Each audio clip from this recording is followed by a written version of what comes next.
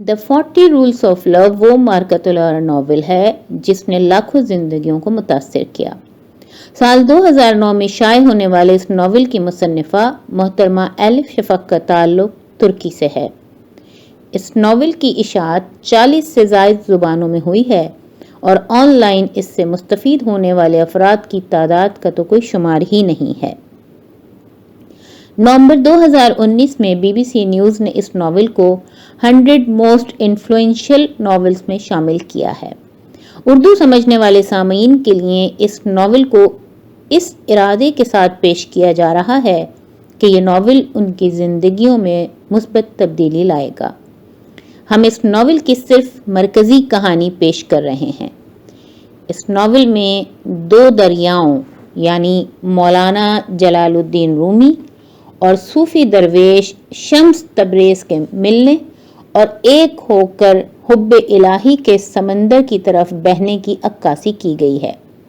یہ audio series محترمہ ہما انور کے ترجمے 40 چراغ عشق کے سے ماخوذ ہے۔ آواز خالدہ مرتضی کی ہے۔ قسط نمبر 48 بائبرز جنگجو پونیا مئی 1246 عیسوی۔ مجھے اپنے کانوں پر یقین نہ آ سکا جب میں نے سنا کہ شمس نے طلبہ کے سامنے میرے چچا سے دو بدو بحث کی جرت کی تھی۔ اس آدمی میں کوئی تہذیب نہیں۔ میری کس قدر خواہش تھی کہ کاش اس کی آمد پر میں مدرسے میں موجود ہوتا۔ اس سے پہلے کہ اسے اپنی فاسق زبان کھولنے کا موقع ملتا میں اسے وہاں سے نکال دیتا، لیکن میں وہاں موجود نہ تھا اور لگتا ہے کہ اس کی چچا سے خاصی لمبی گفتگو ہوئی جس کے بارے میں طلبہ تب سے بکواس کر رہے ہیں، اگرچہ میں ان کی باتوں کو شک سے ہی دیکھ رہا ہوں کیونکہ ان کی بتائی روداد متضاد ہے اور وہ اس بدکردار درویش کی بہت تعریف کرتے ہیں۔ مجھے آج شب بہت گھبراہٹ سی ہے۔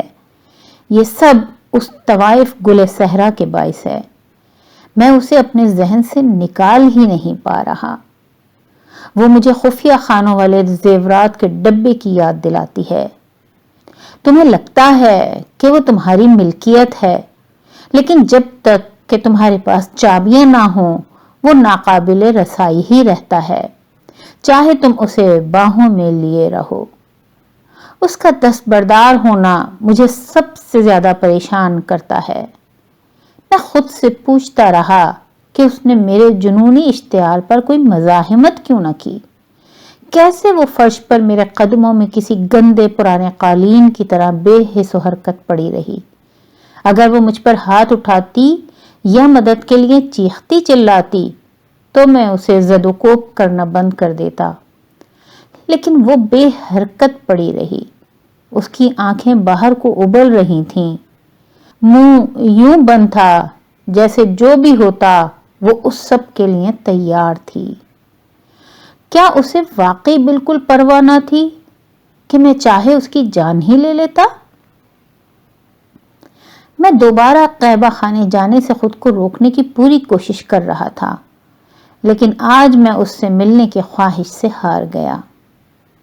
وہاں جاتے ہوئے راستے میں میں سوچتا رہا کہ مجھے دیکھ کر وہ کیا رد عمل دکھائے گی۔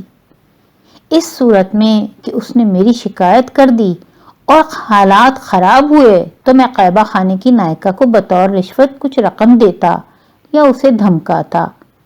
میں نے اپنے ذہن میں سب ممکنہ باتیں سوچ رکھی تھیں اور ہر امکان کے لیے ذہنی طور پر تیار تھا، ماں سوائے اس امکان کے کہ وہ فرار ہو سکتی تھی۔ کیا مطلب ہے تمہارا؟ گل صحرا یہاں نہیں ہے؟ میں پھٹ پڑا۔ کہاں گئی ہے وہ؟ اس طوائف کو بھول ہی جاؤ، قیبہ خانے کی نائکہ نے لکم اچھال کر منہ میں ڈالی اور اس کا رس اپنی انگلیوں سے چاٹتے کہا۔